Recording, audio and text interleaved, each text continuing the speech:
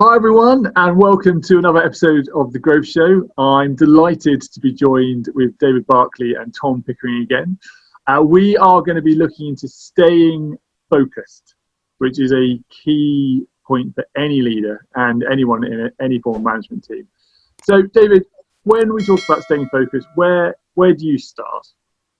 Well, the interesting thing is, whatever business owner, founder, CEO, C-suite person I've ever worked with, when you talk about focus, they all go, "I'm extremely focused." It's a stock answer, not least because nobody's going to say, "I'm not focused at all," unless they're really open and doing things. So a lot of people start from that point of, "I'm really focused. I don't need to work on my focus." To which I slightly counterpunch with, "But are you focused on the right things?" Because if you are, we probably shouldn't be speaking. So a lot of the time, people confuse being busy with being focused. And there's a lot of splashing in the water, and there's not really an awful lot of movement through the water. So one of the exercises that I do with clients quite early on, and I'd encourage anybody watching this, whatever stage you're at, is to separate out your sort of tasks or functions that you do each day into two columns: what's important and what's urgent. And the important things are what is driving your business or driving your performance to where you want it or need it to be. Mm-hmm. And what are the urgent things that crop up? And so much of the time when you speak to people, they're just getting sucked into urgent things that don't actually add that much value to what they're trying to do. They're just things that need to be dealt with on that day. They're things that land on their desk. Emails need to be replied to and everything else. If people can really focus on the important stuff, that's where you're going to get the compounding effect of growth and change for you and for your business. So how do you do that, which is the obvious question? You block out time for it. Be that you lock your office door for an hour and the first thing in the morning with a sign saying only disturb if the building's on fire, or 15 minutes or 10 minutes at the end of a day, or whatever it is. You've got to protect that time. Is it the sort of sending the key email, the strategy of where you want to be in 12 months' time? Is it what are the key hires? Whatever it is, get into a regular habit, day in, day out, of having time dedicated to the important things. They're the things that often we push to the bottom of a to-do list, but are the most critical in moving us and our businesses forward. So there you go. There's a bit of action, a bit of focus straight off the bat. Perfect. And I guess there's a communication point in here, because everyone who brings an issue to you believes their thing is the most important thing, urgent thing in the world. So I guess the communication to actually educate people on the fact where this is in sort of the pecking order, or why that might be addressed by themselves, I guess that'd be fairly key as well. Absolutely. And it's not to say that the other things aren't key for a business. And it's not to say that you shouldn't do them. It's just get it into perspective. And actually, a lot of the urgent things that fill up time, they're a great time filler when you look at someone's diary and you go through and highlight all the urgent things that are cropped up. They're actually usually non-critical, as in someone else could do it. Or if you let it, if you don't just jump in all the time, often these things sort of, again, I don't want to use a sweeping statement, but sometimes they sort of sort themselves out, or actually they don't require as much time and energy, because it really comes down to energy, as we think they do. Yeah, no, I think that's great. And Tom, what sort of tools and strategies have you used? Yeah, I think the starting point, Nick, is to have a clear diary as a leader. Everybody thinks they should be busy. I think it's absolutely something I take for granted, actually, is having time so that I can respond, I'm available. I think the other thing is, from a winning thinking perspective, you pick up what David just said, in terms of leaders think they're extremely focused, that creates stasis. So beware, David, you've been on the program. So it's a sort of statement that we can pick up on. I think in terms of urgency, I don't really think some things are more urgent than others. I just think that things need to get done, and I don't think urgency is neither here nor there, really. I think let me put it another way. I remember a long time ago. Actually, one of my first roles was rolling out a Booz Allen Hamilton review as a graduate, back 1990 or something. And I noticed that I was working in the big office a little bit away from the operation. And I noticed that even that small, it was only about 15 yards to the operation. It was just across a walkway. But that division between me and them was very noticeable. And actually I made a point of actually moving in there, because in terms of focus, it's very important that teams work together and have very close communication. And certainly from an operational perspective, it's those informal discussions that people have off the ball, where you can challenge whether or not your thoughts are right or wrong, or you can keep it live. Because if, let's say, you only have a review once every week, then worst case, you can go off track for a week's worth of work. So I think it's about that internal dialogue. And I think that's actually particularly important at the moment, Nick. Everyone thinks remote working's fine, but actually, is it? Are we wasting that gap between reviews by going off on tangents? And I think we probably are. I think it's also about when things get difficult, which is sort of my comfort zone, I guess, is how robust is your purpose? Because if your purpose is something that you can be taken away, then that's not robust. And I think a lot of things have been taken away at the moment. So I think my purpose is something around creating workplaces that people want to work in. People not wasting time or money, something like that, which actually is pretty unanimous, and that it holds me together in difficult situations. So even when the roof is falling in, which I'm quite happy if it does from time to time, then it keeps me on track and it's actually robust. So I think the other thing, Nick, it's important to believe that people can do it. When you're delegating something, it's very important to believe people can do what you ask them to do. Forgiveness is very important. Otherwise, anger. And also, if someone says something to you, I mean, I just sort of challenge our thinking. So I remember, particularly early in my career, someone asks you a question, it's almost like it's distracting you from your train of thought, which is bizarre, because just recognizing that actually that person's concerned about something, take an active interest in terms of what they're trying to tell you, because they care. So I think it's those sorts of things really matter. I think it's also about letting people do stuff. Otherwise, quite frankly, you can. Again, a mistake I made was to do things myself, and that's just disastrous in terms of building capability. And the last thing is, in terms of giving people tools, I think it's important to give people a budget to do what you want them to do. Otherwise, you're just creating lots of excuses to come back to you and ask relatively low-value questions, which just undermine the accountability that I think you would want and expect from good staff.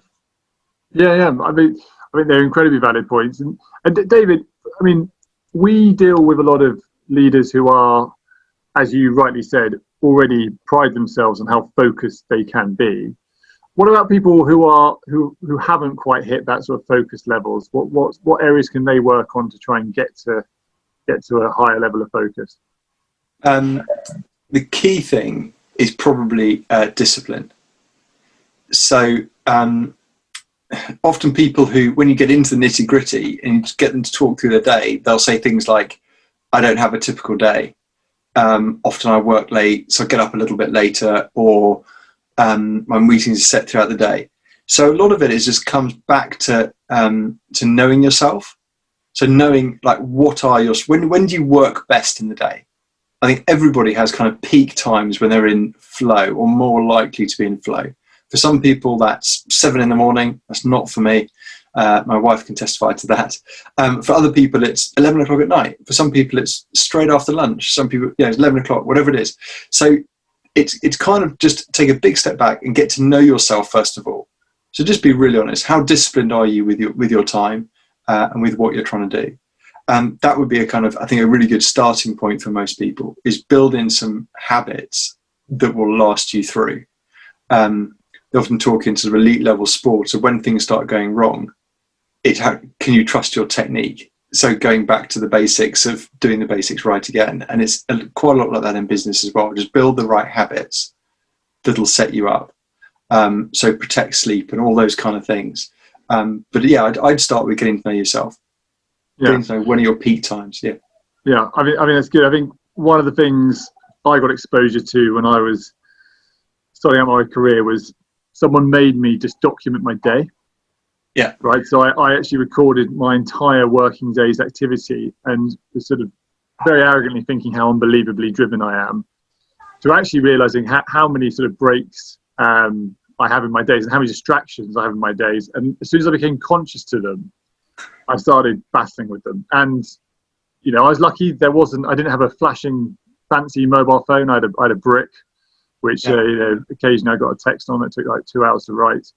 But, and I think some of the people coming through today's with the level of notifications and distractions coming through is crazy. But I think just being conscious of what your working day is, being conscious of where you do get into flow. And, you know, I always found when mentoring people that I was very conscious of just sort of explaining to them the difference in the time that's happened there, making them aware of the fact like you've just absolutely breezed through those last 3 hours doing some, you know, incredible work. And it's sort of gradual steps to doing it, and along the lines of your sort of discipline point, which is good. But I think right now, especially if you're working from home, in theory, people's distractions have gone through the roof, right? Be it from a dietary standpoint, be it from a work standpoint, be it from a temptation standpoint. And one of the things I've been reading up on has been that you just have to remove temptation. You can't have it near you. It has to be just locked away or completely abandoned. Otherwise, you're using brain power and energy to not do something, which is enabling you not to get into that sort of state of flow.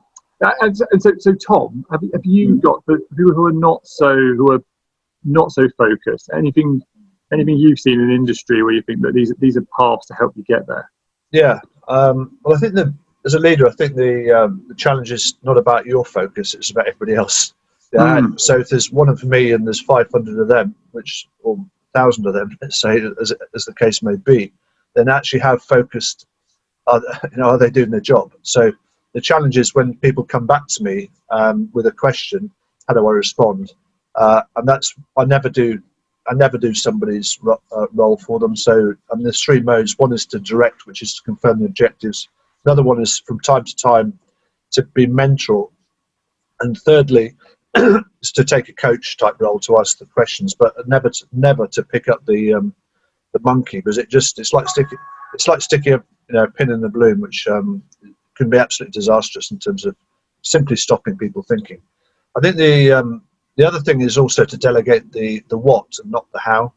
And I'm not at all proud in terms of how people create their plans. The challenge is that they own their plan. I think in terms of rules, escalation process is going to be clear. So if someone's going to fail to do something, you get warning of that. And I think it's then about having the right touch points in the process to make sure things get signed off properly and checked. And I think the other thing I'd say is actually no ad hoc decisions are made between reviews. This is particularly important if you're building aircraft, for example, which I have done in the past, or designing aircraft, where there are actually big decisions which sound like an informal discussion of the corridor can take place, but actually quite often the implications of those decisions can be quite disastrous. And so you can waste, even though it may be 2 or 3 days, something can have substantial implications on the rest of the aircraft.